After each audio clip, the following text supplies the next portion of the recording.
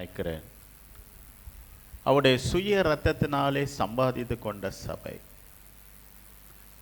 அவருடைய விலையேறப்பட்ட இரத்தத்தினாலே தேவன் உங்களை பாவமர கழுவி, நம்முடைய அசுத்தம் நீங்க கழுவி, அவர் தம்முடைய பிள்ளையாக நம்மை ஆண்டவர் வைத்திருக்கிறார். ஆண்டவர் வரும்போது சபைக்குட்பட்டவன் மாத்திரமே பரலோகத்தை எடுத்துக்கொள்ளப்படுவான். எல்லா மதங்களும் ஒத்துக்கிற விஷயம், நரகம் உண்டு சொர்க்கம் என்று உண்டு என்ற எல்லா மதங்களும் ஒத்துக்கொள்கிறது. ஆனால் பரலோகத்து போகிற சரியான மார்க்கம் கிறிஸ்தவம் மட்டுமே. ஆகவே நமக்கு விரோதமாகத்தான் யுத்தங்கள் நடக்கும், யுத்தங்கள் வரும்.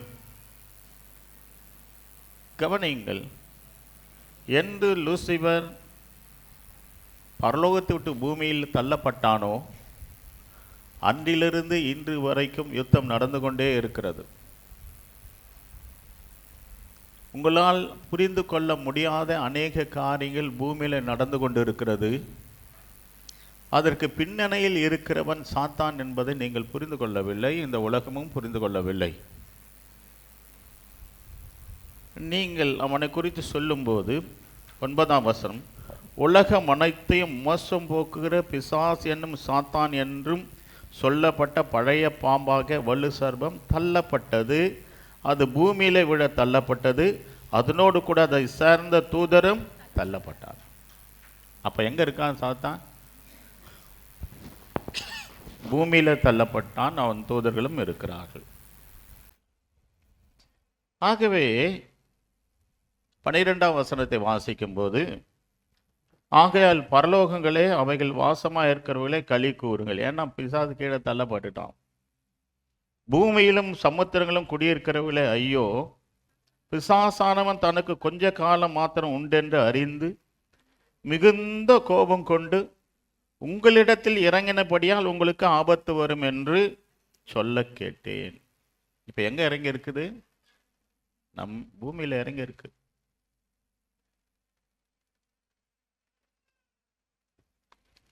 பூமியிலும் சமுத்திரத்திலும் குடியிருக்கிறவர்களே ஐயோ, பிசாசானவன் தனக்கு கொஞ்ச காலம் மாத்திரம் உண்டு என்று அறிந்து.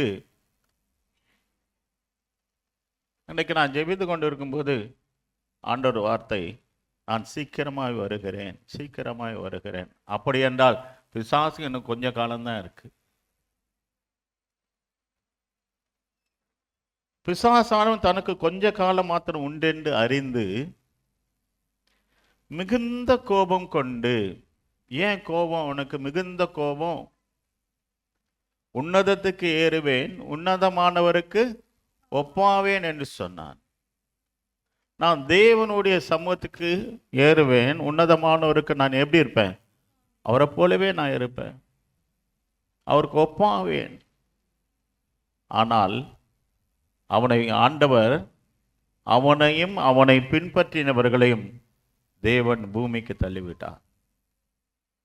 அதனால் அவன் தேவன் மேல் மிகுந்த கோபம் கொண்டு தேவன் படைத்த மனிதர்களை தேவனிடத்தில் சேர்க்க கூடாதபடிக்கு. இங்கதான் முக்கியமான பாயிண்ட். திரும்ப சொல்றேன், ஏதோ மெசேஜ் எடுத்து உங்களை திருப்திப்படுத்துவதற்காக அல்ல. இன்னைக்கு ஆண்டவர் உங்களை ஆசீர்வதிப்பார், வியாதியை சுகமாக்குவார், ஆண்டவர் என்னை உயர்த்துவார் என்று சொல்வதற்கு முடியும். ஆனால் நீங்கள் சத்தியத்தையும் அறிவீர்கள், சத்தியம் உங்களை விடுதலையாக்கும். நீங்கள் விடுதலையாக்கப்பட வேண்டும். திருச்சபையோட நோக்கத்தை நீங்கள் புரிந்து கொள்ள வேண்டும். திருச்சபைக்கு எதற்கு ஆயத்தமாக வேண்டும் என்பதை நீங்கள் புரிந்து கொள்ள வேண்டும். ஆகவே மிகுந்த கோபம் கொண்டு, ரொம்ப கோபம். ஏன்? பரலோக மகிமையை விட்டு பூமிக்கு தள்ளப்பட்டதுனால மிகுந்த கோபம் கொண்டு உங்களிடத்தில் இறங்கினபடியால், பூமியிலே இறங்கினபடியால் உங்களுக்கு ஆபத்து வரும் என்று சொல்ல கேட்டேன். பூமியில் உள்ள மனிதர்களுக்கு ஆபத்து வரும்.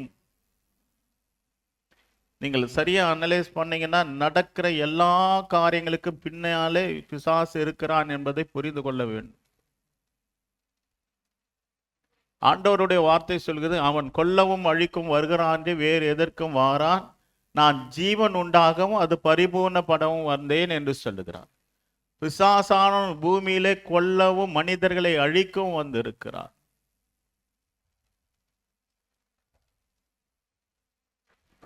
ஆகவே மிகுந்த கோபம் கொண்டு உங்களிடத்தில் இறங்கினபடியால் உங்களுக்கு ஆபத்து வரும். கவனிங்கள், யாருக்கு முதலாவது ஆபத்து வரும் தெரியுமா? முதலாவது யாருக்கு ஆபத்து வரும்? 17ஆம் வசனம், 12-17ஆம் வசனம். அப்பொழுது வலுசர்ப்பமானது ஸ்திரீயின் மேல் கோபம் கொண்டு தேவனுடைய கற்பனைகளை கைக்கொள்ளுகிறவர்களுக்கும் இயேசு கிறிஸ்துவை குறித்து சாட்சி உடையவர்களும் ஆகிய அவளுடைய சந்ததியான மற்றவர்களுடனே யுத்தம் பண்ண போயிற்று. அவள் என்பது சபை குறிக்கும், மணவாட்டியான சபையை குறிக்கும்.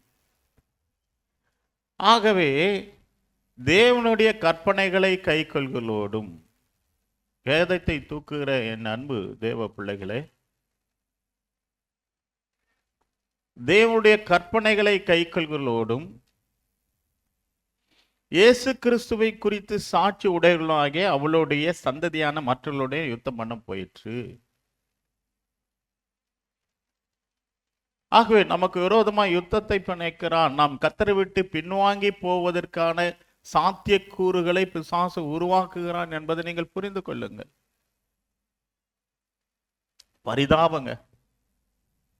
பரிதாபம், ஆதி பிதாக்கள் பரிதாபம். பூமியில தள்ளப்பட்ட வலு சர்ப்பம் ஏவாளை வஞ்சிக்கிறது. வசனத்தை அழகா சொல்றான். ஆண்டவர் சொன்னாரு, இந்த ஏதேன் தோட்டத்தில் எல்லா கனிகளும் புசிக்கலாம், நன்மை தீமை அறிய கனியை புசிக்க வேண்டாம் என்று ஆண்டவர் சொன்னார். அது சொல்லுது, இந்த கனியை புசிக்க வேண்டாம் என்று சொன்னது உண்டோ? ஆமாம் சொன்னாரு. சாப்பிடக்கூடாதுன்னு சொன்னாரு. வசனம் சொல்லுது, பாவம் செய்ய வேணான்னு சொன்னாரு. செஞ்சா சந்தோஷமா இருப்ப, பிரச்சனை இல்லை, ஆண்டவர் மன்னிக்கிறவரு.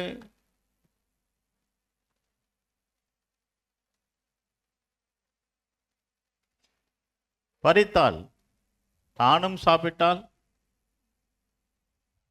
ஆகாப் ராஜா மாதிரி அநேக புருஷர்கள் இருப்பார்கள். பொண்டாட்டி சொல்றதை கேட்டு பூமும் மாடு மாதிரி தலையை ஆட்டிட்டு போற புருஷர்கள் அநேகர் உண்டு. அவங்களெல்லாம் சுய அறிவு இருக்காது. மனைவி பேச்சை கேட்கணும். எதுக்கு கேட்கணுன்றத மட்டும் தெரியணும். எதை கேட்கணும்? நான் மனைவி பேச்சை கேட்கக்கூடாதுன்னு சொல்றேன் இல்லை, மனைவி பேச்சை கண்டிப்பா கேட்கணும். ஆனா எதை கேட்கணும் எதை கேட்கக்கூடாதுன்ற அறிவு அவங்களுக்கு வேணும். புருஷமார்கள் இருக்கிறீர்கள், மனைவி சொல்ற பேச்சுல எதை கேட்கலாம் எதை கேட்கக்கூடாதுன்ற ஒரு அறிவு உங்களுக்கு வேணும். இந்த அறிவு ஆதாமுக்கு இல்லை. இந்த அறிவு யாருக்கு இல்லை? ஆதாமுக்கு இல்லை. பாவம், ஆதாம கூப்பிட்டு ஆண்டவர் பேசினார். எப்பா இந்த கனியை, இந்த ஏதேன் தோட்டத்தில் எல்லா கனியை பூசிக்கலாம், இந்த கனியை பூசிக்க வேண்டான்னு ஆதாம் கிட்ட தான் ஆண்டவர் முதல்ல சொன்னார். ஆனால் மனைவி சொன்னதை கேட்ட உடனே அவன் சாப்பிட்டான். அதோட விளைவு என்னவென்றால், ஆதியாகமம் 3ஆம் அதிகாரம் 23-24 வாசியுங்கள். அவன் எடுக்கப்பட்ட மண்ணை பண்படுத்த தேவனாகிய கர்த்தர் அவனை ஏதேன் தோட்டத்திலிருந்து அனுப்பிவிட்டார். அவன் எடுக்கப்பட்ட மண்ணை, எதிலிருந்து மனுஷனை உருவாக்கினாரோ எடுத்து செய்த மண் தான் மனிதன். அவன் எடுக்கப்பட்ட மண்ணை,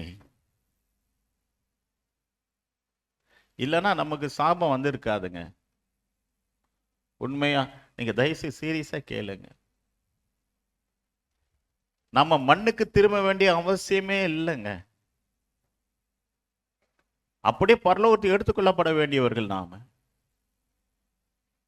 நீ மண்ணாய் இருக்காய், மண்ணுக்கு திரும்புவாய் என்றார். அவன் எடுக்கப்பட்ட மண்ணை, நாம் மண்ணிலிருந்து எடுக்கப்பட்டவர்கள், பண்படுத்த தேவனாகிய கர்த்தர் அவனை ஏதேன் தோட்டத்திலிருந்து அனுப்பிவிட்டார். வெளியே போயிட்டான். அடுத்து, அவர் மனுஷனை துரத்திவிட்டு ஜீவ விருட்சத்துக்கு போகும் வழியை காவல் செய்ய ஏதேன் தோட்டத்துக்கு கிழக்கே கேருபீன்களையும் வீசிக்கொண்டிருக்கிற சுடரொளி பட்டயத்தையும் வைத்தார். ஆமென். இனி நீ உள்ள வரக்கூடாது. ஒரு மனோ தத்துவத்தை நீங்கள் புரிந்து கொள்ள வேண்டும். பிசாசானவன் மனிதனை டெம்ப்ட் பண்ணி தேவனுக்கு விரோதமாய் கிரியை செய்யும்படி செய்கிறான். அப்போ தேவ கோபம் மனிதன் மேல் வருகிறது.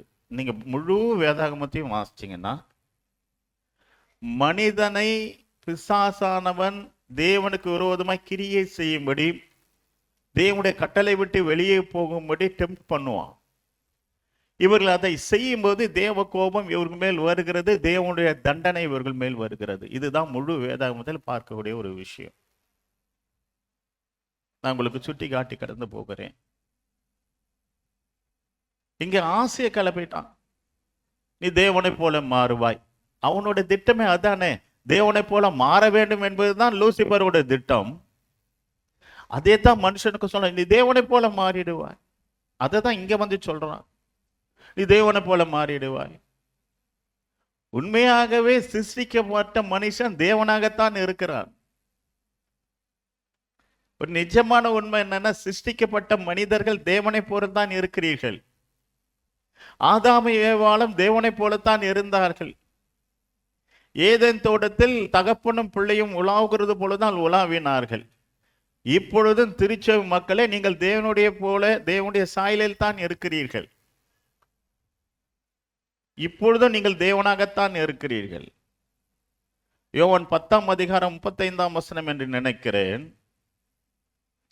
யோவான் 10 தேவ வசனத்தை பெற்றுக்கொண்டவர்களை தேவ வசனத்தை பெற்றுக்கொண்டவர்கள் தேவர்கள் என்று அவர் சொல்லி இருக்க தேவ வாக்கியமும் தவறாதிருக்க பிதாவினால் பரிசுத்தமாக்கப்பட்டும் உலகத்தில் அன்பப்பட்டும் இருக்கிற நான் என்னை தேவனுடைய குமாரன் என்று போதும் அவர் சொல்றாரு. இயேசு அவர்களுக்கு பிரதியுத்தரமாக தேவர்களாக இருக்கிறீர்கள் நான் சொன்னேன் என்பதை உங்கள் வேதத்தில் எழுதியிருக்கவில்லையா? தேவ வசனத்தை பெற்றுக்கொண்டவர்கள்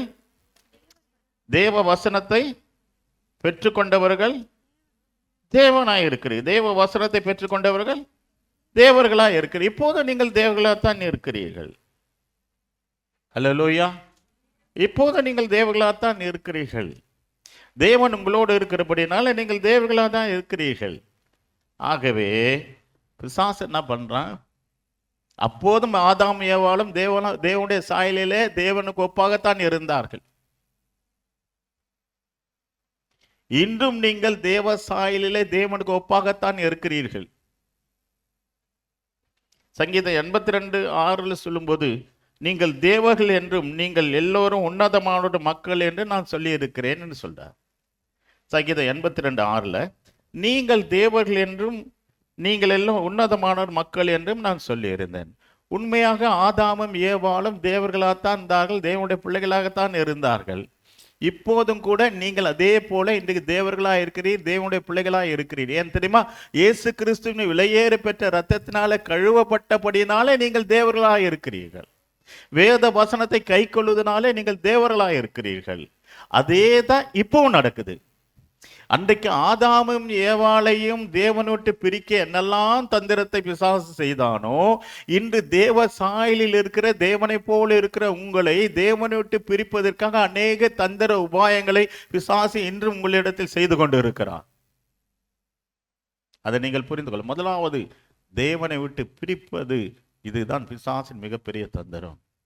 சபையை விட்டு பிரிப்பது, இதுதான் பிசாசின் மிகப்பெரிய தந்திரம். நீ தேவனை ஆராதிக்க கூடாது. திரும்ப எல்லாருக்கும் கவனத்தை சொல்ற, லேட்டா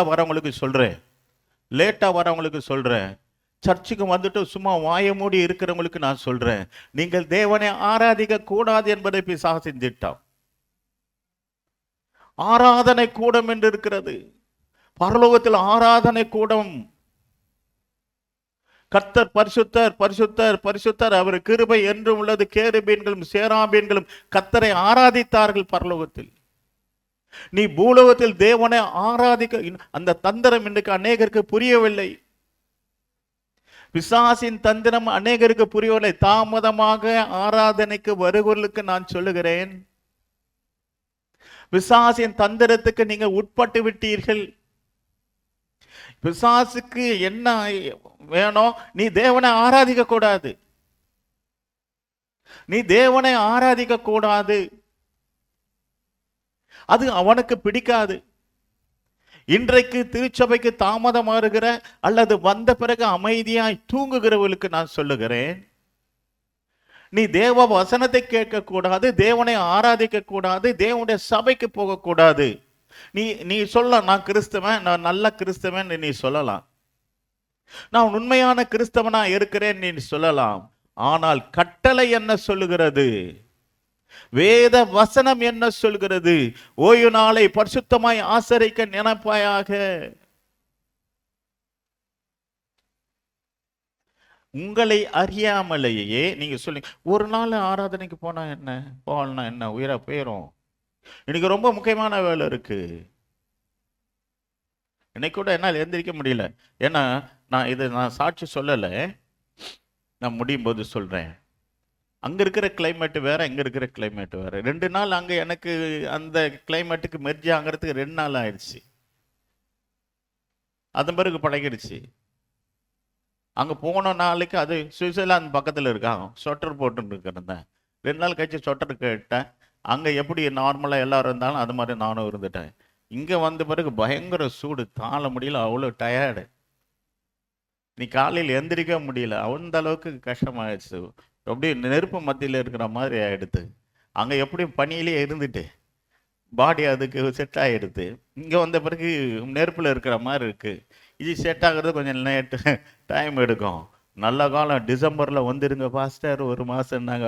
ஐயோப்பா, என்னை பனியில் ஊற வச்சிடாதீங்க, மார்ச் ஏப்ரல் ஒன்றா 1 மாதம் வரேன் அப்படின்னு இருக்கேன். கர்த்தருக்கு ஸ்தோத்திரம். தேவன் வல்லமையாய் பயன்படுத்தினார். இன்னைக்கு வெளியே போகிறதுல ஒரு என்னென்னா, கர்த்தர் நம்மள வைத்த அபிஷேகம், நம்மள வைத்த வரங்கள், தேவனுடைய வார்த்தைகள் அந்த ஜனங்களை அப்படியே தலைகீழ புரட்டி போட்டுருச்சு அந்த சபையை. அவங்களே சொன்னாங்க, பாஸ்டர் 1 மாதம் வாங்க, அப்புறம் வரேன், மார்ச் ஏப்ரலில் பார்க்கலாம். இதில் கஷ்டம் என்னன்னா, ஃப்ளைட்டில் போகிறது தான் கஷ்டம். அதுதான் பெரிய கஷ்டம். 8 மணி நேரம் அப்படியே உட்காந்தோம், இங்கேருந்து ஒரு 5 மணி நேரம். அப்பாடி ரொம்ப சிரமம். ஆனாலும் ஜெபம் பண்ணிகிட்டே போய் ஜெபம் பண்ணிகிட்டே வர கர்த்தர் உதவி செய்தார். உங்களுடைய எல்லா ஜெபங்களுக்கும் நான் நன்றி சொல்லுகிறேன். உண்மையாக அங்கே போன பிறகு வெறும் ஆண்டவர் வருகை மட்டும்தான் பேசினேன். சபையானது நல்லா ஸ்திரப்பட்டுடுச்சு. ஆகவே நோக்கமில்லாத சபை.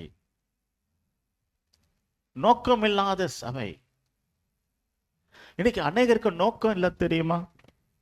எதுக்கு சர்ச்சுக்கு போறன்ற நோக்கமே இல்லை. எதற்காக கிறிஸ்தவம்? நான் ஏன் கிறிஸ்தவனா இருக்க வேண்டும்? நோக்கமற்றவர்களாய் இருக்கிறார்கள்.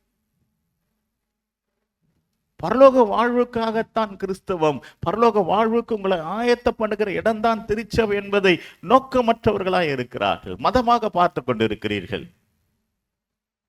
திரும்ப சொல்றேன், நேரத்துக்கு வந்து தேவனை ஆராதிங்க. இன்னொரு முக்கியமான விஷயத்தை உங்களுக்கு நான் சொல்ல விரும்புகிறேன். தேவனை ஆராதிக்கும் போது ஆவியானவர் உங்களை அபிஷேகம் பண்ணி உங்களை பலப்படுத்துகிறார். ஆனா ஆராதனைக்கு வராமல் போகும்போது என்ன நடக்கும்? கர்த்தருடைய பிரசன்னத்தை நீங்கள் இழந்து போகிறீர்கள், கர்த்தருடைய வல்லமையை நீங்கள் இழந்து போகிறீர்கள். அதுதானே நிச்சயம். நீங்க பைபிள் முழு வேதத்தை வாசிச்சு பாருங்க. எங்கெல்லாம் பரிசுத்த ஆவியினை இறங்கி வருகிறார்கள், அவர்கள் பலப்படுகிறார்கள், ஆவியில அக்கினியாய் மாறுகிறார்கள். அப்போஸ்தலர் 4ஆம் அதிகாரம் துன்பத்தின் நேரத்தில் அப்போஸ்தலர் நடபடிகள் 4ஆம் அதிகாரத்தில் நீங்கள் வாசிப்பீங்க. ஆனால் 2ஆம் அதிகாரம் கூட சொல்கிறது. 29ஆம் வசனம் 32ஆம் வசனம் வாசிங்க. சகோதரரே, இல்லை, வெளிப்படுத்து விசேஷம் 4ஆம் அதிகாரம் 29லிருந்து 32 வசனம் வரைக்கும். இப்பொழுதும் கர்த்தாவே, அவர்கள் பயமுறுத்தல்களை தேவரீர் கவனித்து உம்முடைய பரிசுத்த பிள்ளையாகிய இயேசுவின் நாமத்தினாலே அடையாளங்களும் அற்புதங்களும் நடக்கும்படி செய்து பிணியாளிகளை குணமாக்கும்படி உம்முடைய கரத்தை நீட்டி உம்முடைய ஊழியக்காரர் உம்முடைய வசனத்தை முழு தைரியத்தோடும் சொல்லும்படி அவர்களுக்கு அனுகிரகம் செய்தருளும் என்றார்கள். அவர்கள் ஜெபம் பண்ணின போது அவர்கள் கூடியிருந்த இடம் அசைந்தது. அவர்கள் எல்லோரும் பரிசுத்த ஆவியினால் நிரப்பப்பட்டு தேவ வசனத்தை தைரியமாய் சொன்னார்கள். விசுவாசிகளான திரளான கூட்டத்தார் ஒரே இருதயமும் ஒரே மனமும் உள்ளவர்களாய் இருந்தார்கள். ஒருவனாகிலும் தனக்குள்ளவைகளில் ஒன்றையும் தன்னுடையதென்று சொல்லவில்லை. சகலமும் அவர்களுக்கு பொதுவாயிருந்தது. 33 கர்த்தராகிய இயேசுவின் உயிர்த்தெழுதலை குறித்து அப்போஸ்தலர்கள் மிகுந்த பலமாய் சாட்சி கொடுத்தார்கள். அவர்கள் எல்லோர் மேலும் பூரண கிருபை உண்டாயிருந்தது. நிலங்களையும் போதும். அப்போ அவங்க எல்லோரும் ஒருமனப்பட்டு ஜெபிக்கும் போது, அவர்கள் ஜெபம் பண்ணின போது, அவர்கள் கூடியிருந்த இடம் அசைந்தது. அவர்கள் எல்லோரும் பரிசுத்தாவியால் நிரப்பப்பட்டு தேவ வசனத்தை தைரியமாக சொன்னார்கள். விசுவாசிகளின் திரளான கூட்டத்தார் ஒரே இருதயம் ஒரே மனமுள்ளவர்களாக இருந்தார். ஆகவே கர்த்தரை நோக்கி ஜெபம் பண்ணும் போதும் சரி, கர்த்தரை நோக்கி ஆராதிக்கும் போதும் சரி, எல்லோரும் அதில் இருக்க வேண்டும். சபையார் யாவரும் இருக்க வேண்டும்.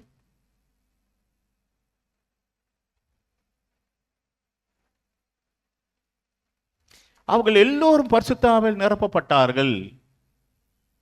அவசியம் பரிசுத்தாவில் நிரப்பப்படுவது அவசியம் புதிய ஏற்பாட்டு காலத்தில். அப்ப பரிசுத்தாவில் நிரப்பப்படுவது எப்பொழுது? ஆராதனை நேரத்தில் ஆவியான இறங்கி வருகிறார். அவருடைய பிரசன்னத்தினால் நாம் நிரப்பப்படுகிறோம். அவருடைய வல்லமினாலும் வரங்களாலும் நாம் நிரப்பப்படுகிறோம். ஆகவே பிசாசின் தந்திரம், நீ ஆராதனைக்கு வரக்கூடாது, ஆராதனை வரக்கூடாது, நீ தேவனை ஆராதிக்க கூடாது.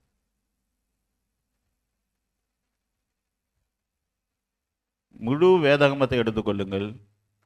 ஆராதிக்கும் போது தான் ஆவியானவரும் தேவனுடைய பிரசன்னம் இறங்கி வருவதை பார்க்கலாம். பவுலும் சீலாவும் தொழுவத்தில் மாட்டியிருக்கும் போது அவர்கள் ஆராதித்தார்கள். இசையில்லை, வாத்தியங்கள் இல்லை, மைக்கில்லை, ஆனாலும் அவர்கள் முழு இருதயத்தோடு தேவனை ஆராதித்தார்கள். தேவனுடைய பிரசன்னம் இறங்கி வந்தது. அவர்கள் கட்டுகள் அறுந்து போனது. நீ தேவனை ஆராதிக்கும் போது உன் கட்டுகள் அறுக்கப்படுகிறது. நீ தேவனை துதிக்கும் போது தேவனுடைய பிரசன்னம் உண்மையில் இறங்கி வந்து உன் கட்டுகள் அறுக்கப்படுகிறது. தயவு செய்து எதை வேணாலும் இழந்து போங்கள், தேவனுடைய பிரசன்னத்தை இழந்து போகாதீங்க. நான் உண்மையாக சொல்றேன். இங்க தேவ சமூகத்தின்னு சொல்றேன்.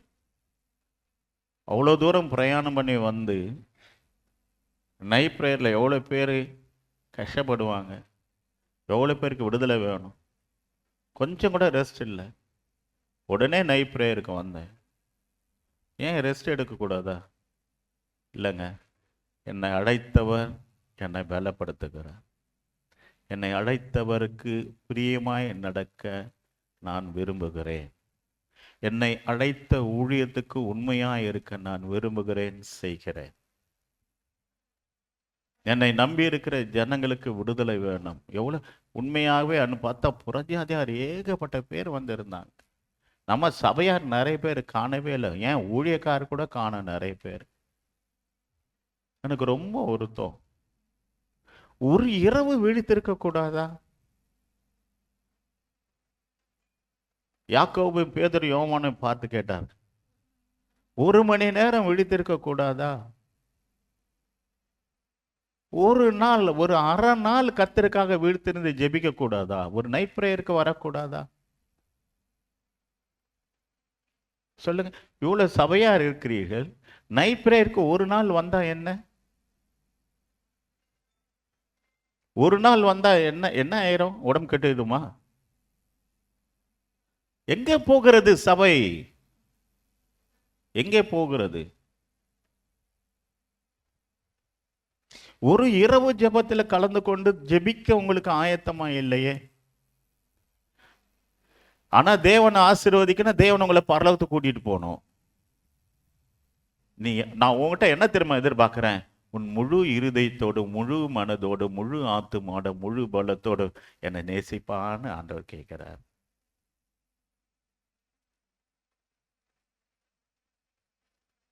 ஆண்டவர் உன்கிட்ட என்ன எதிர்பார்க்கிறார்? உன்னுடைய அன்பை தாங்க ஆண்டவர் எதிர்பார்க்கிறாரு. உன்னுடைய நேசத்தை ஆண்டவர் எதிர்பார்க்கிறார்.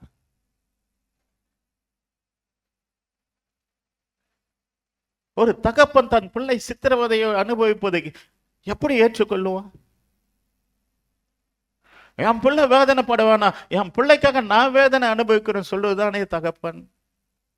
பரம தகப்பன் அதை தான் செய்தார். பிசாசானவன் கொல்லவும் அழிக்கவும் வருகிறான், வேறு எதற்கும் வாரான், நான் ஜீவன் உண்டாக பரிபூர்ணப்படவும் வந்தேன். அல்லேலூயா. ஆகவே மிகுந்த கோபம் கொண்டு பூமியில இறங்கிற்று. ஆதியாகமம் 6ஆம் அதிகாரம் வரும்போது உலகத்தில் உள்ள அத்தனை ஜீவராசிகளும் கொண்டொழித்தார். உலகத்தில் உள்ள அத்தனை ஜீவராசிகளும் அந்த 8 பேர் மாத்திரம்தான் காக்கப்பட்டார்கள். 8 பேர் மாத்திரம்தான் காக்கப்பட்டார்கள்.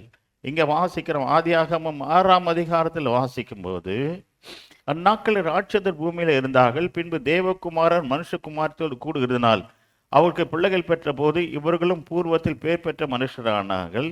மனுஷனுடைய அக்கிரமம் பூமியிலே பெறுகிறது என்றும் அவன் இருதயத்தின் நிறங்கள் தோற்றமெல்லாம் நித்தமும் பொல்லாததே என்றும் கண்டு தான் பூமியில மனுஷனை உண்டாக்குனதுக்காக கர்த்தர் மனஸ்தாபப்பட்டார். அது அவர் இருதயத்துக்கு விசனமாக இருந்தது. கடைசியில் சொல்லுது, அவர் நிக்கிரகம் பண்ணுவேன், நான் அவர்களது உண்டாக்கினது எனக்கு மனஸ்தாபமாக இருந்தது சொல்லி பிசாசான ஜனங்களை அப்படி ஏவும்போது கர்த்தர் ஆதியாகமம் 6ஆம் அதிகாரத்தில் முழு பூமியும் அழித்து போட்டார். அதில் 8 பேர் மட்டுமே நோவாவின் பேழையில காக்கப்பட்டார்கள். பிரைஸ் எல்லாம். அல்லேலூயா, அல்லேலூயா. ஆகவே இந்த நோவாவின் பேழைக்குள் இருந்தவர்கள் காக்கப்பட்டார்கள். பிசாசு என்ன பண்ண, அவங்களை பாவம் செய்யும்படி ஏவி முழு பூமியும் அவன் அழித்து போட்டான். ஹல்லேலூயா, ஹல்லேலூயா. முழு பூமியும் அவன் அழித்து போட்டான். ஆதியாகமம் 19ஆம் அதிகாரம் 25, 26 வாசிங்கள். அந்த பட்டணங்களையும் அந்த சமபூமி அனைத்தையும் அந்த பட்டணங்களின் கொஞ்சம் மைக்கு வாலிமை பாப்பா. படிமா. அந்த பட்டணங்களின் எல்லா குடிகளையும் பூமியின் பயிரையும் அழித்து போட்டார். அவன் மனைவியோ பின்னிட்டு பார்த்து உப்புத்தூண் ஆனாள். சோதோம் கொமோரா மக்கள் பாவம் செய்ததுனால கர்த்தர் அந்த பட்டணத்தை முழுவதும் அழித்து போட்டார். அக்னியின் கந்தகம் வந்து அந்த பட்டணம் முழுவதும் அழித்து போட்டார். பாவம் செய்ய வைத்தது யாரு? பிசாசு. அந்த பட்டணம் முழுவதும் அக்னி கந்தகம் வருஷித்து தேவன் அதை அழித்து போட்டார். திரும்ப சொல்றேன், கீழ்ப்படியாத பிள்ளைகள் மேல அக்னியும் கந்தகமும் வைக்கப்பட்டிருக்கிறது. அங்கே அக்கினி அவியாமலும் புழு சாகாமலும் இருக்கும். அந்த நோவா காலத்தில் என்ன நடந்ததோ மனுஷகுமாரன் காலத்திலும் அது நடக்கும். ஹல்லேலூயா. இப்போது இஸ்ரவேல் ஜனங்கள் எகிப்துக்கு போகிறார்கள். நான் இன்னை வரைக்கும் சரித்திரத்தை நான் சொல்லுகிறேன். எகிப்துக்கு போறாங்க. எகிப்திலிருந்து மோசே அவர்களை விடுதலை ஆக்குகிறார். 6 லட்சம் பூர்வர்கள், மொத்தம் 25 லட்சத்துக்கு பேர் வராங்க வெளியே. அவங்களுடைய பாவங்கள் என்ன? அவர்கள் செங்கடலை பிளந்ததை பார்க்கிறார்கள். எவ்வளவு நடக்காத அதிசயங்கள் எல்லாம் கர்த்தர் நடத்துகிறார். அதெல்லாம் பார்த்துட்டு நம்முடைய வாழ்விலும் கூட நிறைய நேரங்களில சிறுமைப்பட்ட நாட்களில கர்த்தர் நம்மை கரத்தை பிடித்து தூக்கி நிறுத்துகிறார். ஒன்றுக்கும் உதவாத மனிதர்கள் கர்த்தரை நோக்கி பார்க்கும்போது அவர்களை ராஜாக்களும் பிரபுக்களுமாய் கர்த்தர் மாற்றுகிறார். சிறுமையில் இருக்கிற மனிதனை உயர்த்தி மேன்மைப்படுத்துகிறார். வியாதியின் பிடியிலிருந்து கர்த்தர் விடுதலையாக்கி அவனை உயர்த்தி மேன்மைப்படுத்தி வைக்கிறார். ஒரு மனிதனை பயங்கர ஏவல் பிசாசு பிடியிலிருந்து, மரண இருளிலிருந்து தேவனை அவர்கள் உயர்த்தி ஒரு உன்னதமான இடத்தில் வைக்கிறார். உன்னதமான இடத்தில் வந்தபோது அவர்கள் கர்த்தரை மறந்து போகிறார். பிசாசின்படியிலும் வியாதியில் இருக்கும்போது, தரித்திரத்தில் இருக்கும்போது, ஒன்றுமில்லாமல் இருக்கும்போது தேவனை தேடினவர்கள் ஆசீர்வதிக்கப்பட்ட நாட்கள் வரும்போது, விடுதலையாக்கப்பட்ட நாட்கள் வரும்போது அவர்கள் தேவனை எப்படி தேடுகிறார்கள்?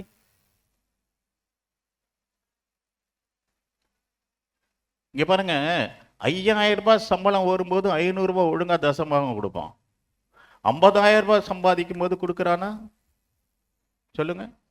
5000 ரூபாய் சம்பாதிக்கும் போது கத்தாவே என்று சொல்லு 500 ரூபாய் தசமாகம் சரியாக வைப்பார். 50,000 ரூபாய் சம்பாதிக்கும் போது நீங்க வைக்கிறீங்களா? ஏன்னு தெரியுமா? உனக்கு ஆசீர்வாதத்து மேல போயிடுச்சு, உனக்கு சிந்தை ஆசீர்வாதத்து மேல போயிடுது.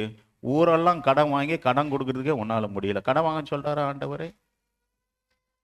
வாங்கல், திராணிக்கேற்ற மாதிரி நீங்க செய்யலாம் இந்த காலத்துல.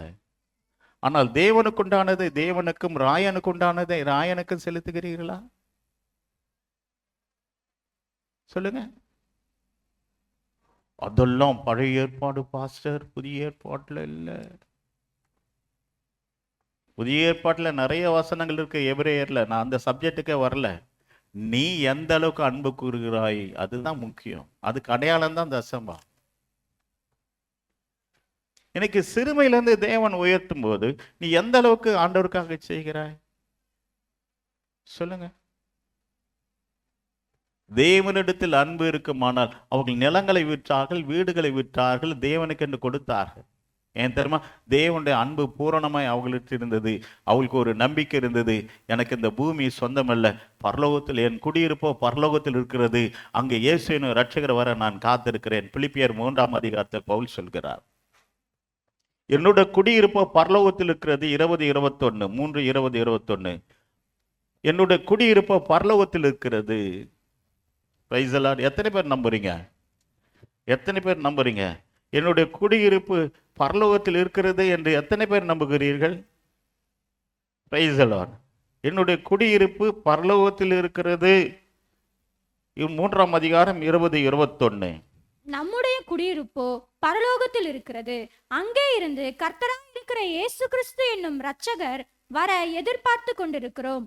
அவர் எல்லாவற்றையும் தமக்கு கீழ்ப்படுத்தி கொள்ளத்தக்க தம்முடைய வல்லமையான செயலின்படி நம்முடைய அற்பமான சரீரத்தை தம்முடைய மகிமையான சரீரத்திற்கு ஒப்பாக மறுரூபப்படுத்துவார். நம்முடைய குடியிருப்பு பரலோகத்தில் இருக்குங்க. ஆண்டவர் வருவாரு.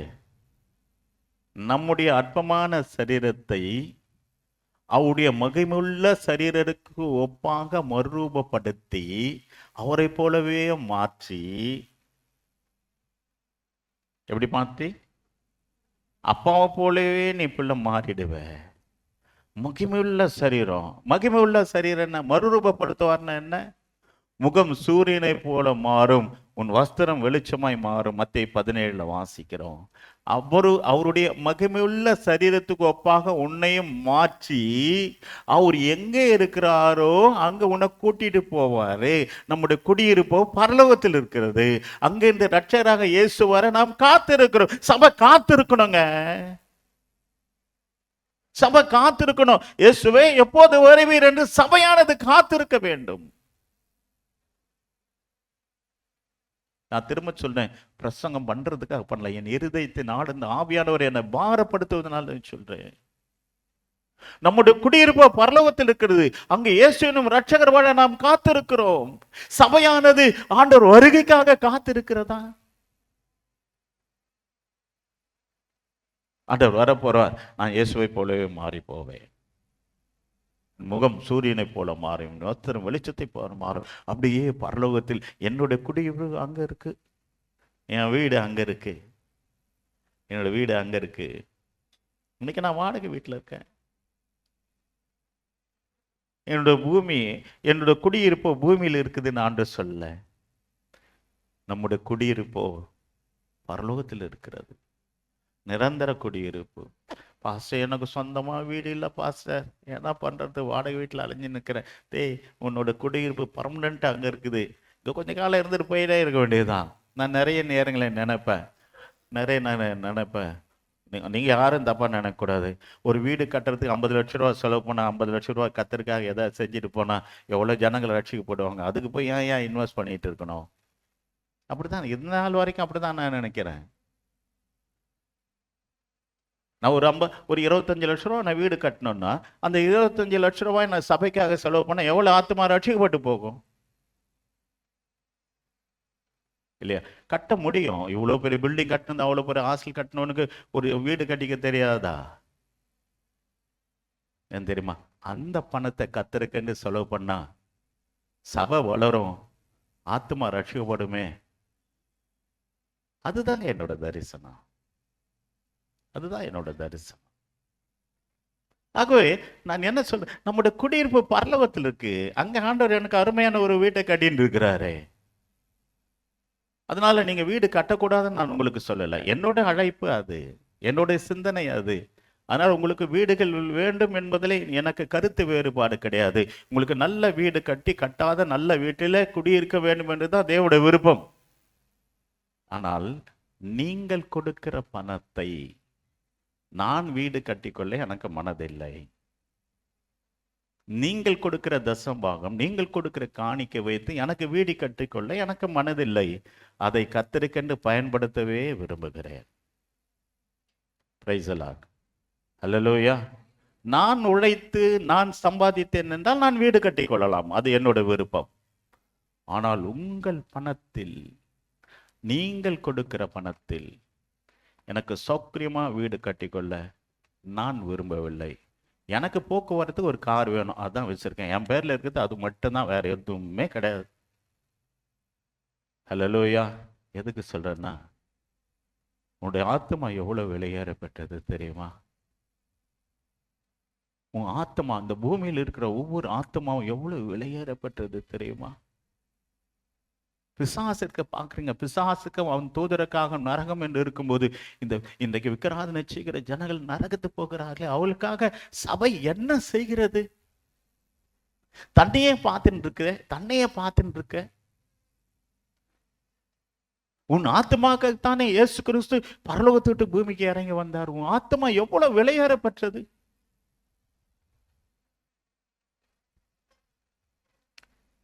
அங்கே ஐஸ்வர்யன் மாறி அக்கனியும் கந்தகம் எரியிற அந்த கடலையில பங்கடைய போகிறோதும் அதிலிருந்து உன்னை காப்பாற்றுவதற்குத்தான் திருச்சபை. அதிலிருந்து உன்னை காப்பாற்றுவதற்குத்தான் திருச்சபை. அல்லேலூயா. பாருங்களேன், சோதோம் கொமோரா அழிச்சிட்டார். யாத்திராகமம் கிளம்புறாங்க. 6 லட்சம் பொருட்கள் 25-30 லட்சம் பேர் கிளம்புறாங்க. அவர்கள் எப்போதும் தேவனுக்கு கோபத்தை உண்டு பண்ணி கொண்டே இருந்தார்கள். எப்போதும் தேவனுக்கு கோபத்தை உண்டு பண்ணி கொண்டே இருந்தார்கள். பிசாசோட திட்டம் என்ன தெரியுமா? இவங்க கானானுக்கு போய் சேரக்கூடாது. பாலும் தேனும் ஓடும் கானானுக்கு இவங்க போய் சேரக்கூடாது.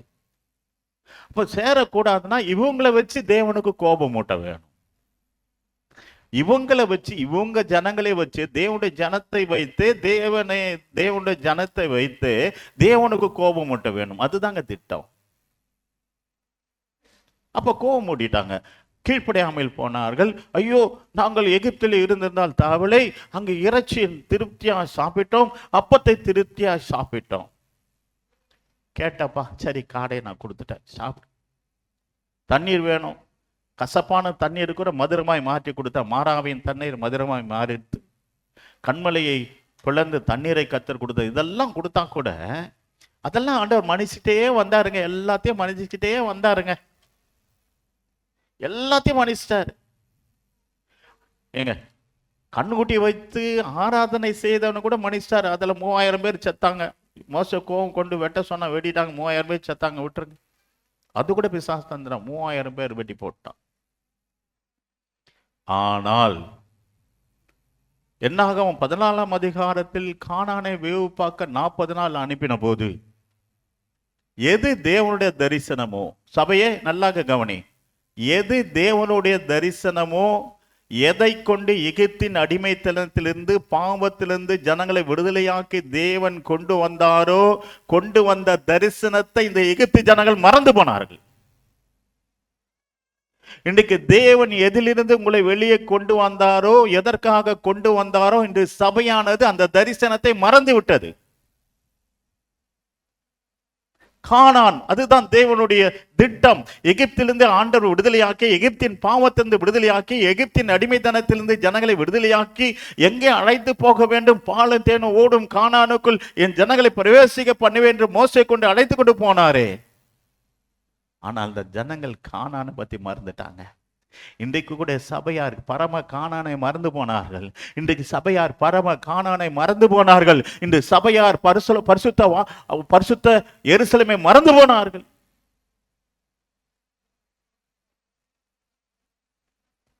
நோக்கத்தை இழந்து போனார்கள் இஸ்ரவேல் ஜனங்கள். இழக்க வைத்தது எது? சாத்தான். இன்றைக்கு கூட சபையார் பரலோக வாழ்வை இழக்க வைக்கிறது எது? தரிசனத்தை இழக்க வைக்கிறது எது? உலகம். மத்த முன்னால் நான் ஆசீர்வாதமா இருக்கணும், கண்டிப்பா ஆசீர்வாதமா இருப்பேன். இஸ்ரவேலை ஆசீர்வதிப்பதை கர்த்தருக்கு பிரியம். நம்மை உயர்த்துவது, மேன்மைப்படுத்துவது தேவனுக்கு பிரியம். ஆனால் தேவனுக்குள் இருப்பது அதை விட மிகவும் பிரியம் தேவனுக்கு. போனார்கள், கானானை வேவு பார்த்தார்கள், துச்செய்தி பரப்பினார்கள், சபைக்குள்ள துச்செய்தி பரப்பினார்கள். ஆமா, ஓ ஏனோக்கின் புத்திரரை கண்டோம், நாம் வெல்லவே முடியாது. ஓ இந்த மோசே எங்களை இங்கே என்ன வனாந்தரத்தில் அடிக்கவா எங்களை கொண்டு வந்தீர்கள் என்று முறுமுறுக்கிறார்கள். மோசேக்கு விரோதமாய் அவர்கள் கலகம் பண்ணுகிறார்கள், துச்செய்தியை பரப்புகிறார்கள். ஆண்டவருக்கு ரொம்ப கோவம் வந்துருச்சு. கவனிங்க, எதை செஞ்சா ஆண்டவருக்கு கோவம் வரும்னு சாத்தானுக்கு நல்லாவே தெரியும். சபையை கெடுத்துட்டாங்க அவங்க. சில சபையை கெடுக்கிறவர்கள் இருப்பார்கள், துச்செய்தி பரப்புவார்கள் சபைக்குள்ள. ஊழியக்காரனை பற்றி துச்செய்தியை பரப்புவார்கள். அவர்கள் துச்செய்தியை பரப்பினார்கள். எந்த மனிதன் தேவ சமூகத்தில் நிற்கிறானோ அவனுக்கு விரோதமாய் சாத்தான் துச்செய்தி சொல்லிட்டே இருப்பான், குறை சொல்லிக்கிட்டே இருப்பான், குற்றப்படுத்தி கொண்டே இருப்பான். அனுபவத்தில் இல்லை, பல சபைகளை நான் பார்த்த அனுபவத்தில் சொல்லுகிறேன். எந்த மனிதன் தேவனுக்கு முன்பாக நிற்கிறானோ அவனை பற்றி சாத்தான் ஜனங்களை கொண்டு குற்றப்படுத்தி கொண்டே இருப்பான், குறை சொல்லி கொண்டே இருப்பான். அவனுக்கு விரோதமாக யுத்தம் சபையில நடந்து கொண்டே இருக்கும். ஆனா ஜனங்களுக்கு தெரியாது, அவனுக்கு தெரியும் இவங்களுக்கு பின்னால் யார் இருக்கான்னு. கிளம்பி வந்தவர்கள் எப்போதும் மோசையை குற்றப்படுத்தி கொண்டே இருந்தார்கள். ஒரு அளவு வரும் தாங்கினார் ஆண்டவர். அது பிறகு சொன்னாரு, வாசியுங்கள் என்னாகும் 14ஆம் அதிகாரம் 28 35 வரைக்கும். நீ அவர்களோட சொல்ல வேண்டியது என்னவென்றால், வேகமா வாசிமா. நீங்கள் என் செவிகள் கேட்க சொன்ன பிரகாரம் உங்களுக்கு செய்வேன் என்பதை என் ஜீவனை கொண்டு சொல்லுகிறேன் என்று கர்த்தர் உரைக்கிறார். இந்த வனாந்திரத்தில் உங்கள் பிரேதங்கள் விழும். உங்களில் 20 வயது முதல் அதற்கு மேற்பட்டவர்களாக எண்ணப்பட்டு உங்கள் தொகைக்கு உட்பட்டவர்களும் எனக்கு விரோதமாய் முறுமுறுக்கிறவர்களுமாகிய அனைவரின் பிரேதங்களும் விழும். எபுனேயின் குமாரன் காலேப்பும் நூனின் குமாரன் யோசுவாவும் தவிர மற்றவர்களாகிய நீங்கள் நான் உங்களை குடியேற்றுவேன் என்று ஆணையிட்டு கொடுத்த தேசத்தில் பிரவேசிப்பதில்லை. கொள்ளையானவர்கள் என்று நீங்கள் சொன்ன உங்கள் குழந்தைகளையோ நான் அதில் பிரவேசிக்க செய்வேன். நீங்கள் அசட்டை பண்ணின தேசத்தை அவர்கள் கண்டறிவார்கள். நீங்கள் அசட்டை பண்ணின தேசத்தை அவர்கள் கண்டறிவார்கள். இன்றைக்கு சபையார் அசட்டை பண்ணுகிற தேசம் எது? கானான் தேசம். பரம ஏறத்திலே பரலோக வாழ்வு. இன்றைக்கு சபை அசட்டை பண்ணுகிறது. அன்றைக்கு இஸ்ரவேல் ஜனங்கள் பரம அந்த கானான் தேசத்தை அசட்டை பண்ணினார்கள். இன்றைக்கு பரலோக வாழ்வை அசட்டை பண்ணுகிறவர்கள் எத்தனை பேர் சபையில? கடமைக்காக சபைக்கு வந்துட்டு போகிறவர்கள் எத்தனை பேர்?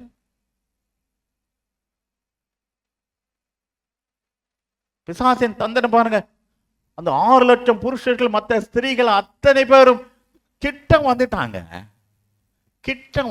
கானானு கிட்ட. நிறைய பேர் விசுவாசத்துல பாடுகளை அனுபவிச்சு கிட்ட வந்திருப்பாங்க. கிட்ட வரும்போது அவிசுவாசம் வந்துடும். ஆண்டவருக்கு ஓடி என்ன பிரயோஜனம்? ஆண்டவருக்காக பிரயாசப்பட்டு என்ன பிரயோஜனம்? கர்த்தருக்காக வாழ்ந்து என்ன பிரயோஜனம்? கிட்ட வந்து சோர்ந்து போயிடுவாங்க. கிட்ட வந்து முறுமுறுப்பாங்க. அதுதாங்க இன்னைக்கு பிசாசு கொண்டு வருகிற மிகப்பெரிய பயங்கரமான ஆயுதம். முறுமுறுத்தல், விரோதமாய் பேசுவது, ஆண்டவர் எனக்கு என்ன செய்தார் என்று சொல்லுவது, சபையானது எனக்கு என்ன செய்தது, சர்ச்சில் இருந்து ஒண்ணுமே செய்யல, ஒண்ணுமே செய்ய தேவையில்லை, எல்லாவற்றையும் செய்கிற கர்த்தர் உன்னோடு இருந்தால் எல்லாவற்றையும் உனக்கு ஆண்டவர் செய்வாரே.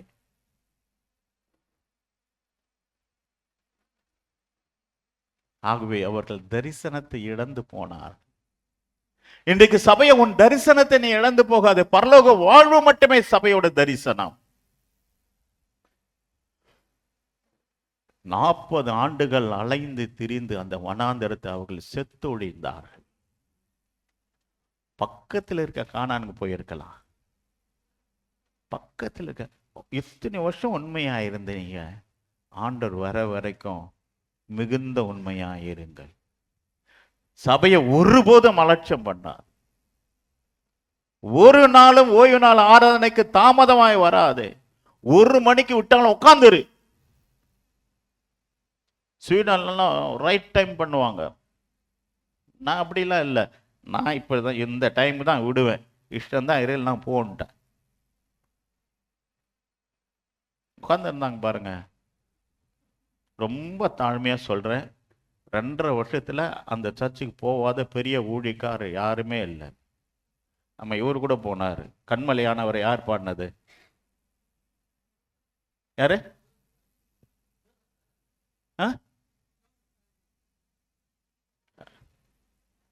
எல்லா ஊழியக்காரும் அங்க போயிருக்காங்க. ஏன் டிஜிஎஸ் டாக்டர் கூட அங்க போயிருக்காங்க. இப்ப கல்யாணம் ஆச்சு அவங்க. அங்க போயிட்டு அப்படியே சுவிட்சர்லாந்து போயிருக்காங்க. நிறைய பேர். அலங்கார வாசனால யார் பாடினது? ஆல்வின் தாமஸ் அங்க போய் அதே வீட்டில் இருந்தாரு 1 வாரம் அங்க ஊழியத்தில். ரொம்ப தாழ்மையை சொல்றேன், இந்த 2.5 வருஷத்துல வந்த ஊழியக்காரர்களிலே சரியான தேவனுடைய வார்த்தை கொண்டு வந்து இவர் தான் எனக்கு சாட்சி சொன்னாங்க. கிளம்புறப்ப பாஸ்டர் கார்ல வச்சு சொன்னார், பாஸ்டர் 2.5 வருஷத்துல பெரிய பெரிய ஊழியக்காரலாம் என்னோட சபைக்கு வந்திருக்காங்க, ஆனா உங்களை மாதிரி யாருமே இவ்வளோ டீப்பா கொண்டு போனதே இல்லை, கர்த்தர் நான் மகிமைப்படட்டும் சொன்னாங்க. அடுத்த 1 மாதம் வந்து எங்களை பயிற்றுவியும் என்று சொன்னார். கர்த்தருக்காக பேசுகிறோம், பணத்துக்காக அல்ல, என்னை மேன்மைப்படுத்திக் கொள்வதற்காக அல்ல, என் தேவனை மேன்மைப்படுத்த வேண்டும். இந்த ஜனங்கள் எப்படியாவது பரலோகத்துக்கு போகணுமே என்ற தாகத்தோடு தான். இன்றைக்கு நான் உங்களுக்கு சொல்லுகிறேன், நீங்க எப்படியாவது பரலோகத்துக்கு போயிடணுங்க. பாருங்க, 30 லட்சம் பேர் கிட்டத்தட்ட செத்து போனாங்க. 30 லட்சம் பேர் கிட்டத்தட்ட செத்து போனாங்க.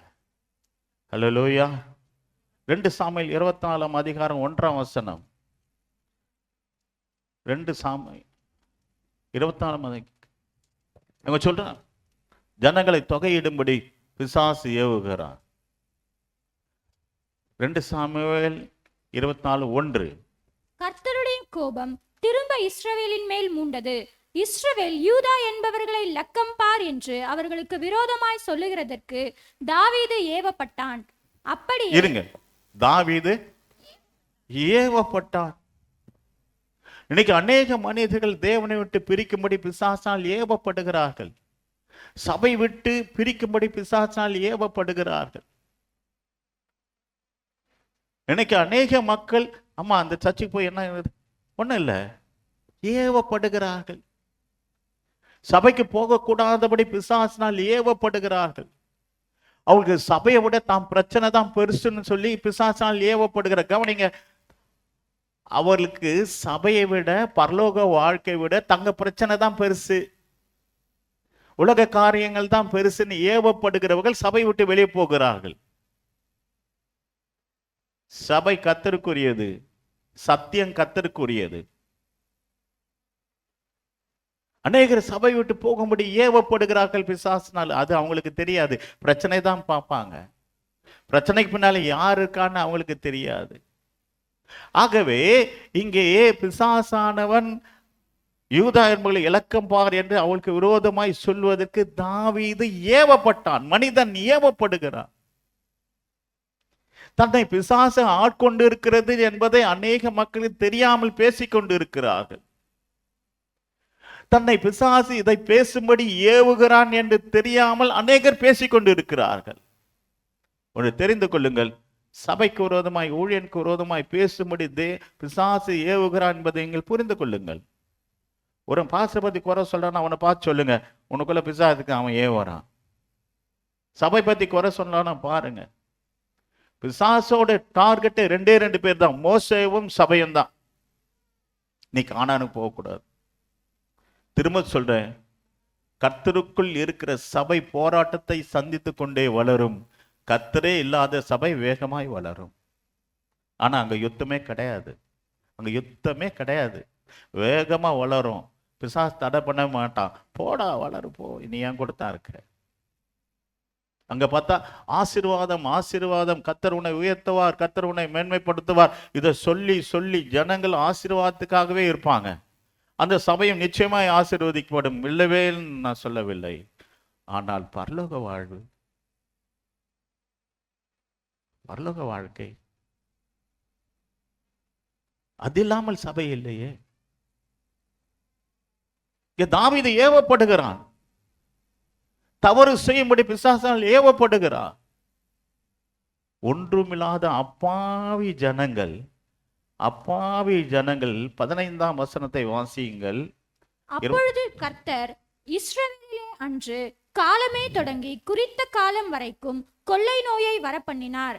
அதனால் தான் முதல் பெயர்சேபா மட்டுமுள்ள ஜனங்களில் 70,000 பேர் செத்து போனார்கள். இவ ஒத்த பண்ண தவறு 70,000 பேர் செத்து போனார்கள். எப்படியாவது மனிதனை அழிக்க வேண்டும், எப்படியாவது மனிதனை அழிக்க வேண்டும், எப்படியாவது மனிதனை அழிக்க வேண்டும். 70,000 பேர் செத்து போனார். யோபுவின் புத்தகம் 1ஆம் அதிகாரம் 13ஆம் வசனத்தில் அவனுடைய குமாரரும் குமாரத்திகளும் செத்து போனார்கள். எஸ்தர் புத்தகத்தில் வாசிக்கும் போது ஆமான் 3ஆம் அதிகாரம் 13ஆம் வசனத்தில் ஆதார் மாதமாக 12ஆம் மாதம் 13ஆம் தேதியில ஒரே நாளிலே சிறியோர் பெரியோர் குழந்தைகள் ஸ்திரீகள் ஆகிய சகல யூதரையும் அழித்து கொன்று நிர்மூலமாக்கும், அவர்களை கொள்ளையிடவும் அஞ்சக்கார கையிலே ராஜாவின் நாடுகளுக்கெல்லாம் கட்டளை அனுப்பப்பட்டது. அங்கே ஆமான் சாத்தானுடைய தூதனாய் இருந்து ஒரே நாளில் மொத்த ஜனங்களை அடிச்சிடணும். இதுக்கு பின்னால யார் இருந்தது? சாத்தான்.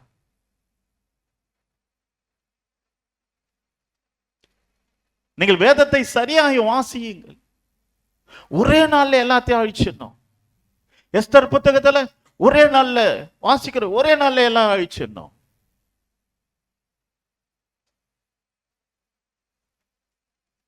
இன்றைக்கு ஒண்ணு நடக்குது, என்ன தெரியுமா? யுத்தங்களின் செய்தி கேள்விப்படுவீர்கள், முடிவு உடனே வராது. யுத்தங்களின் செய்திகளை கேள்விப்படுவீர்கள், முடிவு உடனே வராது. மத்தேயு 24 சொல்லுது. ஆண்டவர் சொல்றார், யுத்தங்களின் செய்திகளை கேள்விப்படுவீர்கள், முடிவு உடனே வராது. இன்றைக்கு எந்த யுத்தத்தில் முடிவில்லை. அன்று ஆதி நாட்களிலே பிசாசு மனிதர்களை எப்படி கொண்டொழித்தானோ, இந்த நாட்களிலும் அதே பிசாசான் மனிதர்களை கொண்டொழித்து கொண்டு இருக்கிறார். காசா பாருங்க, காசா பட்டணம் பாருங்க, தவிடு பொடியாச்சு, ஒன்றுமே இல்லை காசா பட்டணத்தில். யுக்ரைன் தவிடு பொடியாச்சு. ரஷ்யா எவ்வளவு பெரிய வல்லரசு நாடு, அதே கண்ணில் வரல விட்டு ஆட்டுறது யுக்ரைன். ஈரான் ஒன்றுமே இல்லை. இஸ்ரவேலும் தாக்கப்படுகிறது, அரபு நாடுகள் தாக்கப்படுகிறது. யுத்தங்கள், லட்சக்கணக்கான ஜனங்கள் கொண்டொழித்து கொண்டிருக்கிறார். இன்றும் பிசாசு. அன்று நடந்ததுதான் இன்றும் நடக்கிறது, அன்று நடந்ததுதான் இன்றும் நடக்கிறது. அன்று எப்படி மனுஷ கொலைப்பாதனாய் ஆதாம் தொடங்கி இது நாள் வரைக்கும் மனிதர்களை கொன்று குவித்துக் கொண்டிருக்கிறார். ஏன்? ஆனானப்பட்ட இயேசுவையே சிலுவைக்கு அனுப்பினவனாச்சு அவன். மனித குமாரனையே சிலுவைக்கு அனுப்பினாச்சு. கம்யூன் கொடுக்கும்போது சாத்தான் யூதாசுக்குள் புகுந்தான். ஆண்டவர் சொல்றார், நீ செய்ய வேண்டியதை சீக்கிரம் செய். இயேசு கிறிஸ்துவே காட்டி கொடுத்து சிலுவைக்கு அனுப்பினாச்சு அந்த சாத்தான். பச்சை மரத்துக்கு இந்த பாடுகள் என்றால் பட்ட மரத்துக்கு என்ன செய்வார்கள்?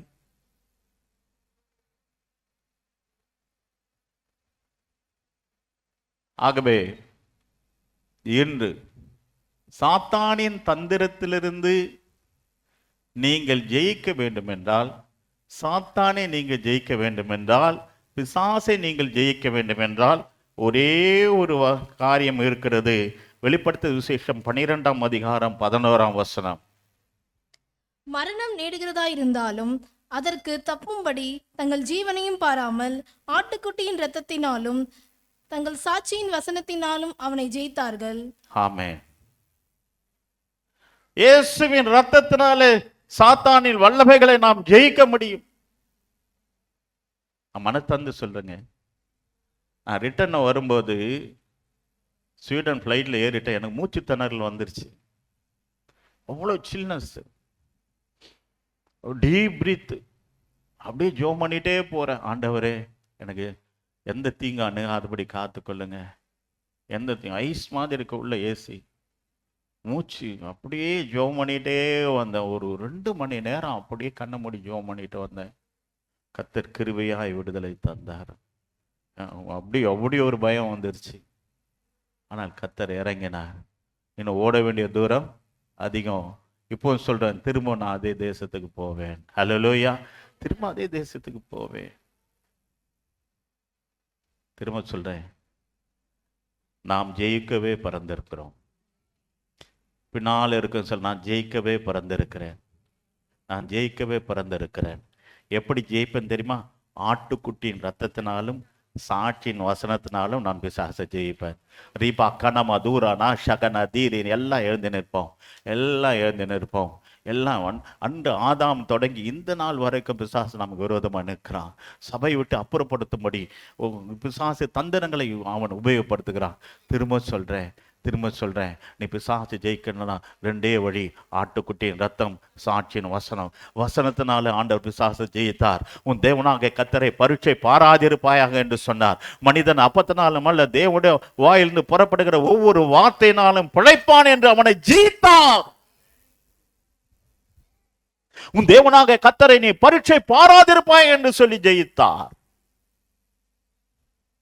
என்று உன் கையில் இயேசு கிறிஸ்துவின் ரத்தம் இருக்கிறது. நீ ஜெயிக்கலாம். எல்லாரும் முன்னால் அவங்க வெளியே இருக்காங்களா உள்ள வாங்க. எல்லாரும் முன்னால் வந்துடுங்க. வெளியே ப்ளீஸ், வெளியே யாரும் இருக்க வேணாம், உள்ள வந்துடுங்க. நீங்கள் எல்லாம் எவ்வளோ கேப்பு எதுக்காக தேவையில்லாமல் வெளியே உட்காரணும்னு சொல்லுங்க. உள்ள வாங்க எல்லாரும். கிட்டவா எல்லாம் நகர்ந்து வாங்க. ரைசி. ஹல்லேலூயா. உள்ள காலியா இருக்குங்க. உள்ள காலியா இருக்கு. எப்படி உங்களுக்கு வெளியே உட்கார்ற பழக்கம் வந்துச்சுன்னே தெரியல. உள்ள காலியா இருக்கு. இன்னும் கொஞ்சம் ஒரு 3 சேர்ஸ் ரோ போடலாமே. சேர்ஸ் இங்க பாருங்க, எவ்வளவு காலியா இருக்கு பாருங்க, எவ்வளவு கேப் இருக்கு பாருங்க. முன்னால வாங்கல, நீங்க அங்கங்க வரிசையா உட்காந்தா எவ்வளவு இடம் இருக்கும். வாங்க முன்னால வாங்க, எல்லாரும் முன்னால வாங்க. இது ஏன் பேசேஜ் கூட விட தேவையில்ல. ஒருத்தர் போறதுக்கு பேசேஜ் விட்டா போதும், எல்லாத்திலும் உட்காரலாம்.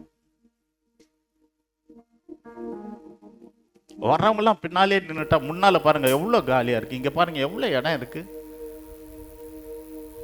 வாங்க, சேர்ஸ் ஒரு ரோ போடுங்க, உட்காரட்டும்.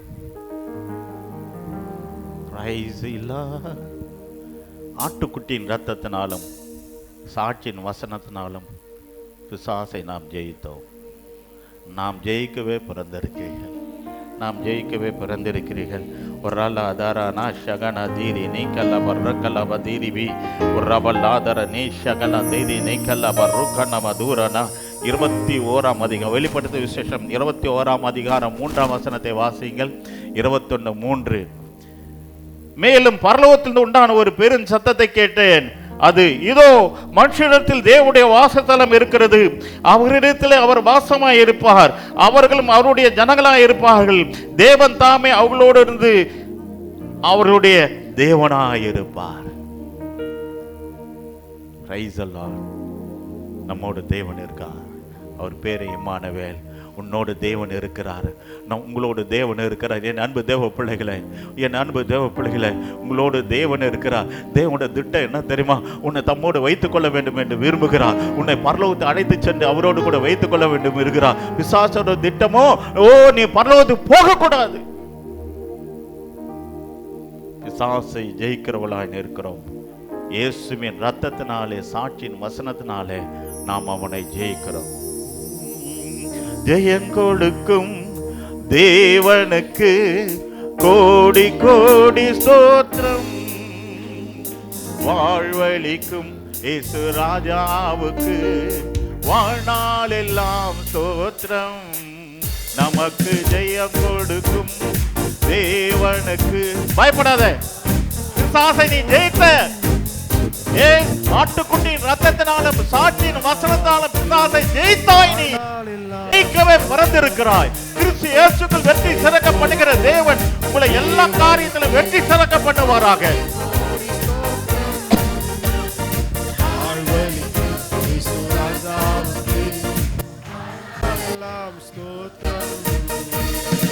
அல்லேலூயா அல்லேலூயா பாடுவேன் ஆனந்த துணியால் உயர்த்துவேன். அல்லேலூயா அல்லேலூயா பாடுவேன் ஆனந்த துணியால் உயர்த்துவேன். ஜெயம் கொடுக்கும் தேவனுக்கு கோடி கோடி ஸ்தோத்திரம்.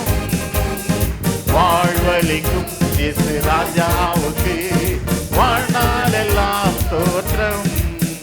கவனிங்க, ஜெயிக்கவே பிறந்திருக்கிறீர்கள். ஜெயிக்கவே பிறந்திருக்கோம்.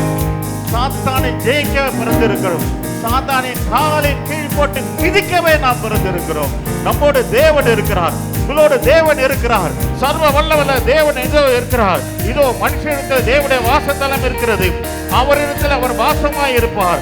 அவர்களும் அவருடைய ஜனங்களாய் இருப்பார்கள். தேவன் தாமே அவளோடு இருந்து அவளுடைய தேவனாய் இருப்பார். நம்முடைய தேவன் அவர். சர்வ வல்லமுள்ள தேவன் நம்மோடு கூட இருக்கிறார். ஒரிகலா தீரி நிகலவ ருகனம தூரன சபையே, உன்னோடு தேவன் இருக்கிறார். உன்னோட கர்த்தர் இருக்கிறார். சர்வ வல்லமுள்ள தேவன் உன்னோடு கூட இருக்கிறார். அவர் இம்மானுவேல். அவர் உன்னை விட்டு விலகுவதில்லை, உன்னை கைவிடுவதில்லை. உன்னோடு தேவன் இருக்கிறார். நீ தேவனுடைய பிள்ளையாய் இருக்கிறாய். நீதியின் கரத்தினால் தாங்கி நடத்துவார்.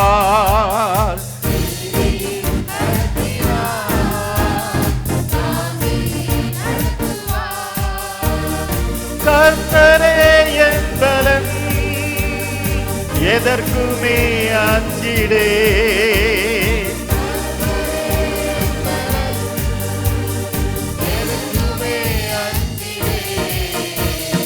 ஜெயம் கொடுக்கும் தேவனுக்கு கோடி கோடி ஸ்தோத்திரம். வாழ்வளிக்கும் இயேசு ராஜாவுக்கு வாழ்நாள் வல்லமை இறங்கட்டும். வல்லமை இறங்கட்டும். இயேசுவின் ரத்தத்தினால் எங்களை சுத்திகரியும் ஆண்டவரே. உடைய விலையேறப்பட்ட ரத்தத்தினால் எங்களை சுத்திகரியும். கர்த்தாவே, அனுதினம் வேதத்தை வாசிக்கவும் சாட்சியின் வசனத்தினால பிசாசை ஜெயிக்கிற வல்லமையும் பலனை எங்களுக்கு தாரும் ஆண்டவரே. யாக்கோபு விரோதமான மந்திரவாதம் இல்லை, இஸ்ரவேலுக்கு விரோதமான குறி சொல்லுவதும் இல்லை. யாக்கோபு விரோதமான மந்திரவாதம் இல்லை, இஸ்ரவேலுக்கு விரோதமான குறி சொல்லுவதும் இல்லை. இதோ சத்துரு சகல வல்லமைகளை கொடுக்கிறேன், ஒன்று உங்களை சேதப்படுத்த மாட்டேன். வல்லமைகளை மேற்கொள்ள அதிகாரம் கொடுக்கிறேன், ஒன்று உங்களை சேதப்படுத்த மாட்டாது சபையே.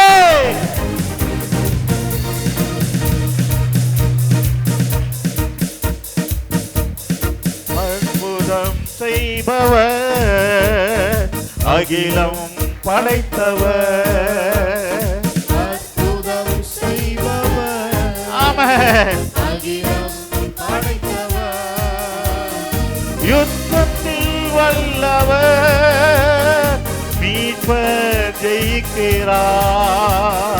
யுத்தத்தில் வல்லவர், சத்துருக்கு யுத்தம் செய்கிற கர்த்தர் என்னோடு இருக்கிறார். ஆமென்.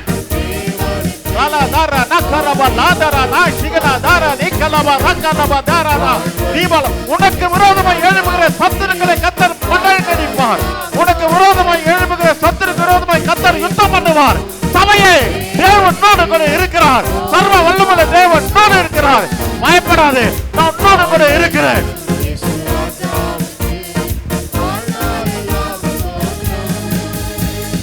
நம்பிக்கை தேவனே, நன்மைகள் அளிப்பவர்.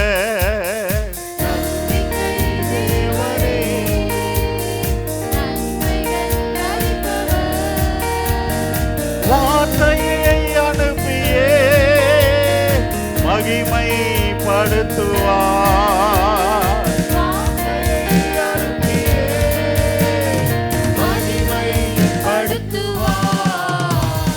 ஜெயம் கொடுக்கும் தேவனுக்கு கோடி கோடி ஸ்தோத்திரம்.